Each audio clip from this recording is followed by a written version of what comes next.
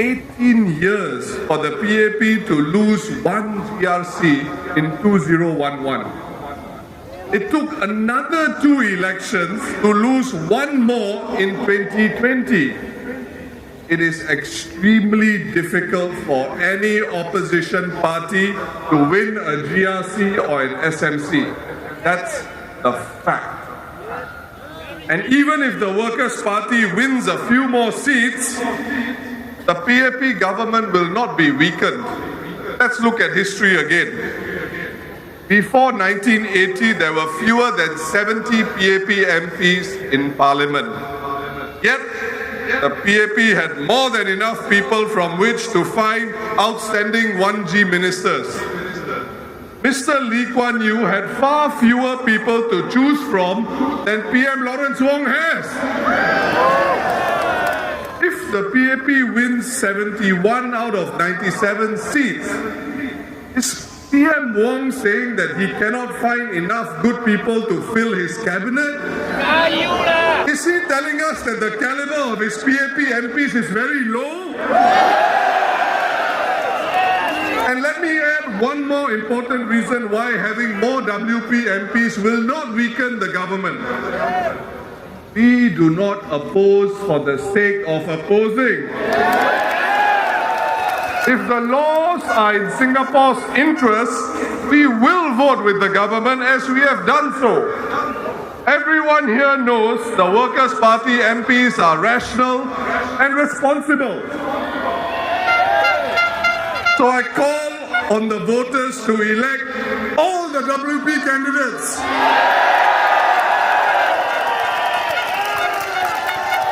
Even if all our candidates are elected, the PAP will still have more than 2/3 of the seats. Vote for us and we will work for you in your estate and in Parliament. Now, during this campaign, I believe 2 former army generals, one in East Coast GRC and one in Tampines, alluded to the point that the opposition just talks and talks and talks. I was quite surprised when I heard this. And why do I say so? Now, around this time last year, before Mr. Lee Hsien Loong handed over power to Mr. Lawrence Wong, he gave an extended interview to the mainstream media, various mainstream media outlets. In his exchange with Lian He Cao Pao, there was a segment that contrasted talk and action. Cao Pao asked Mr. Lee Hsien Loong, why do you say that communication skills are so important?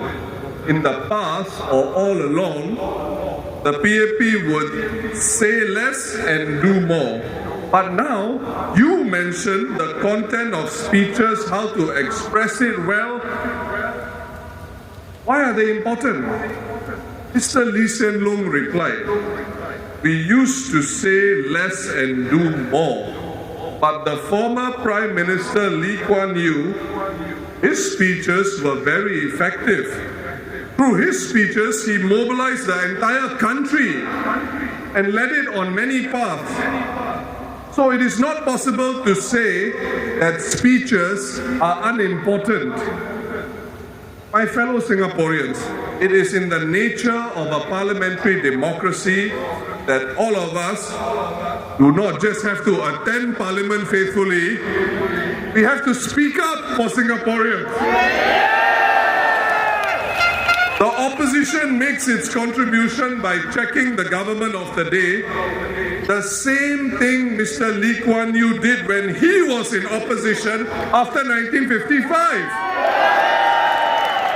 In fact, Mr. Lee Kuan Yew would even walk out of Parliament along with his MPs to make a political point. As an opposition MP, he could not be a man of action in terms of executing policies at that point because his main job was to be a loyal opposition. But in Parliament, Mr. Lee Kuan Yew talked and talked and talked. So I would ask the PAP candidates, have a care for our political system. It is designed to represent all Singaporeans. And the Workers' Party has to step up for them.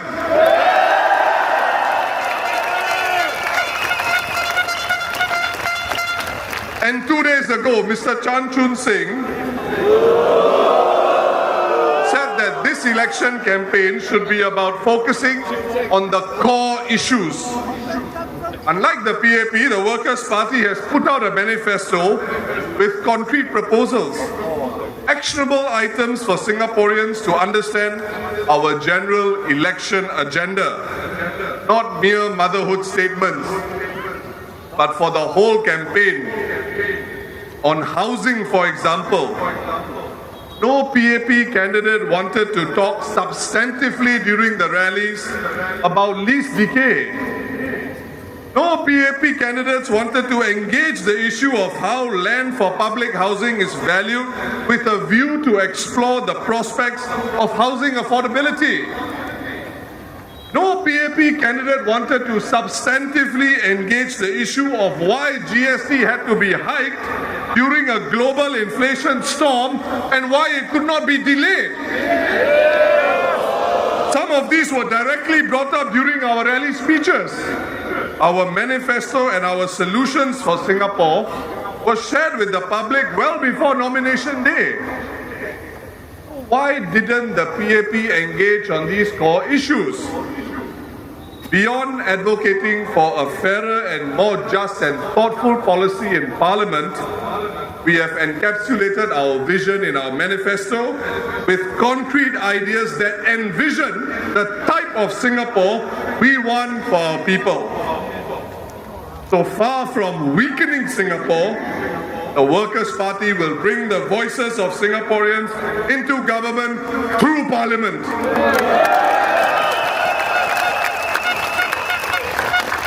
Now, my third point. Lawrence Wong says that in times of severe crisis, if you don't elect ministers like Gan Kim Yong and all his current and potential ministers, we are in big trouble. He says we risk our lives and future if we vote for the Workers' Party. Reality check number 3. It was Prime Minister Wong himself who moved Gan Kim Yong out of Choa Chu Kang when he had been there for 14 years. DPM Gan is new to the ground in Punggol. Prime Minister Wong said that the move was for leadership distribution. This does not make sense because Singapore is so small. We are not America, China, or even Malaysia. In 2020, Ng Chee Meng was moved from Pasir Ris Punggol to Sengkang GRC and he lost. To move a minister who you claim to be really important at election time is a risk. And it can be deemed reckless when you have other relatively safer constituencies to put him in. And he knows exactly what I mean. So if DPM Gan is indispensable, then, if I may use PM Wong's own phrase, moving him was cavalier and irresponsible.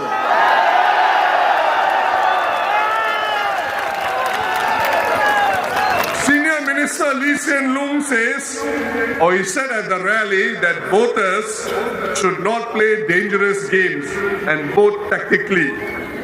But it looks like Prime Minister Wong is the one playing dangerous tactical games. From all of this, I can only draw 2 reasonable conclusions. First, moving DPM Gan to Punggol was a tactical move to stop the Workers' Party from winning the GRC. I think this is obvious to everyone. Second, I believe that Lawrence Wong would not have risked Gan Kim Yong against the Workers' Party if he is indispensable. PM Wong must have been confident that he has enough talent even without DPM Gan. There is no other reasonable conclusion.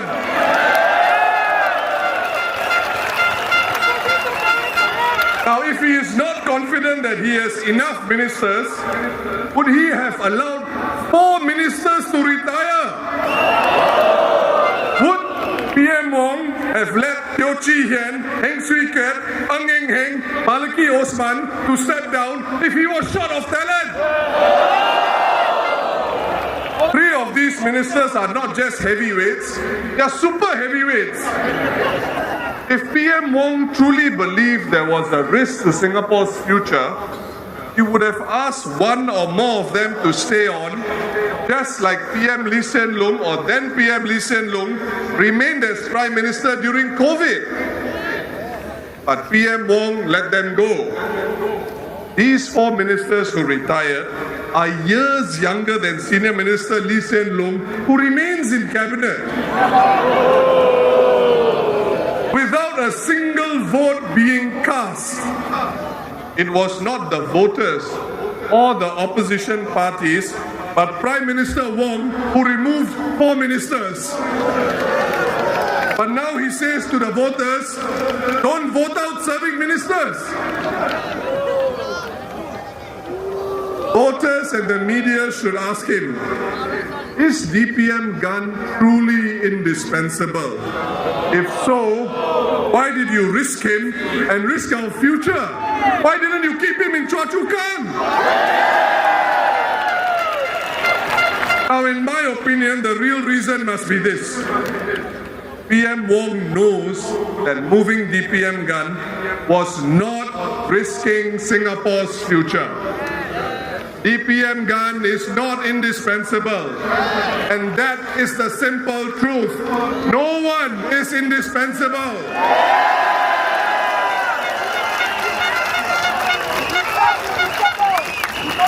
If DPM gun is not re-elected, Singaporeans need not feel guilty.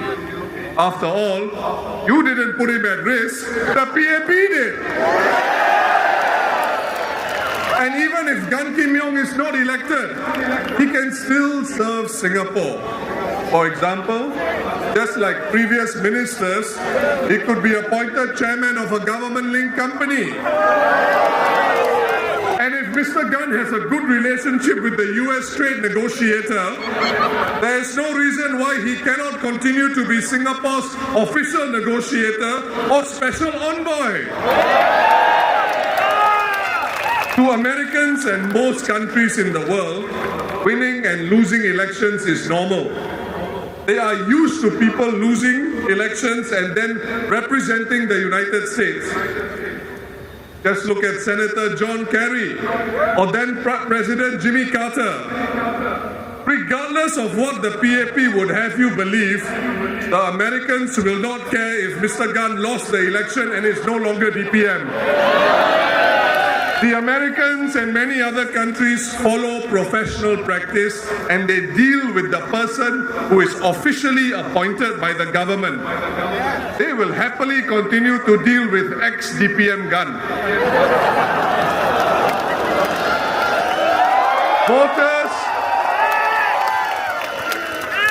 Voters of Punggol GRC, as our candidate in Punggol GRC, Alexis Dang Pei Yen, said in her rally speech, don't fall for the same trick that was played on East Coast GRC in GE 2020. And to the voters in Tampines and East Coast, just like DPM Gan can serve elsewhere, the same goes for Minister Masagos and Edwin Tong.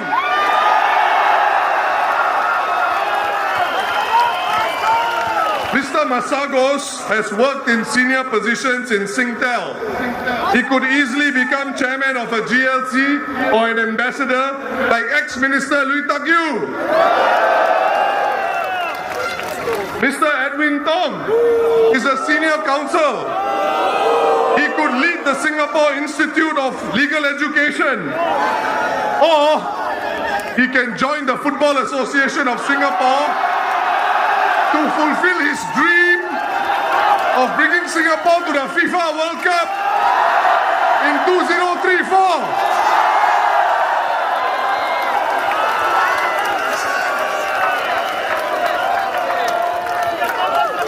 My fourth point.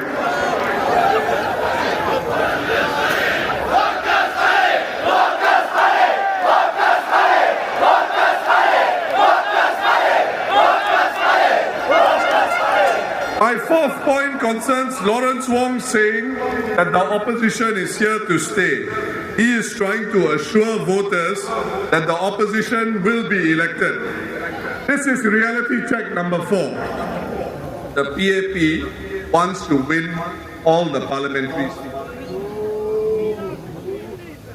Teo Chee Hean personally walked the ground with the PAP Aljunied team and he said, and I quote, "We don't give up any constituency," unquote. Make no mistake, the PAP never gives up. Voters of Aljunied, Hougang, Sengkang and all the other constituencies where the Workers' Party is contesting, we do not take your vote for granted. We must fight for every single vote. Every single vote is precious for the Workers' Party. To the voters in Tampines Changkat, East Coast, Punggol, Jalan Kayu, please do not assume that Aljunied, Hougang and Sengkang are in any way safe for the Workers' Party. There are never any safe seats for the opposition. Even Aljunied was nearly lost in 2015. The margin was a razor-thin 2%. Every single vote counts. So, make your vote count. The PAP is dominant and it always campaigns hard. Vote for the Workers' Party to create a more balanced political system. My fifth and final point is on Lawrence Wong's comment of don't give a free pass to the opposition. He said voters should apply the same standards to the PAP and opposition candidates. So, reality check number 5. The PAP created the GRC system. Since 1988, GRCs have protected dozens of new PAP MPs. For this election, a few PAP candidates never worked the ground until recently. Voters do not know them, but voters are expected to vote for them just because they are in a GRC with an anchor minister. That is what I call a free pass.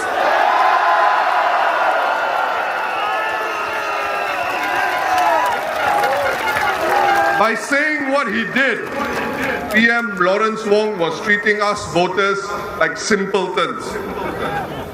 But the last few elections have proven to the Workers' Party that Singaporean voters are savvy, thoughtful, and patriotic.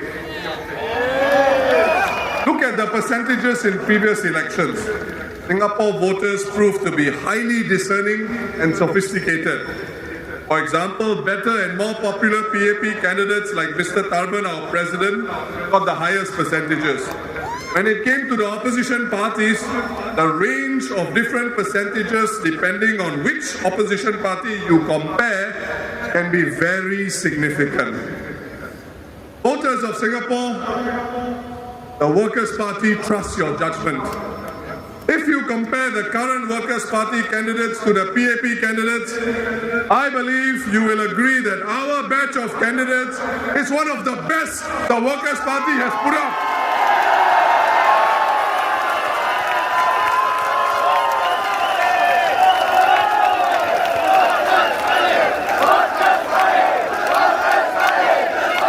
And I would go one step further. The Workers' Party candidates offer all the PAP candidates do and more. These people behind me have come forward to run for the opposition, the Workers' Party. This proves that they are brave, they have guts, they have resilience.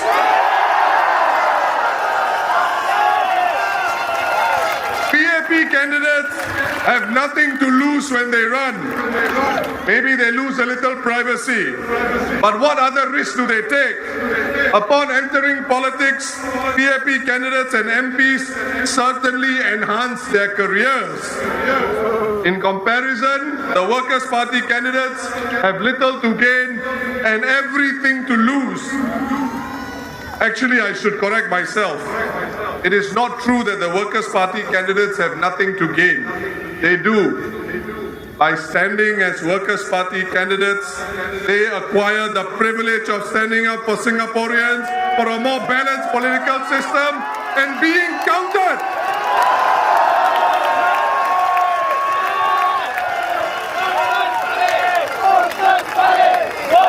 My fellow Singaporeans, I trust that you are savvy, thoughtful, and patriotic voters. When you assess the collective potential of these Workers' Party candidates before you today in building a more balanced parliament, the choice is crystal clear. And most importantly, before you cast your vote in Aljunied, in Hougang, in Sengkang, Jalan Kayu, Tampines Changkat, Tampines, East Coast and Punggol, remember this phrase. The Workers' Party are a force for good. So, on the 3rd of May, vote for the Workers' Party, working for Singapore.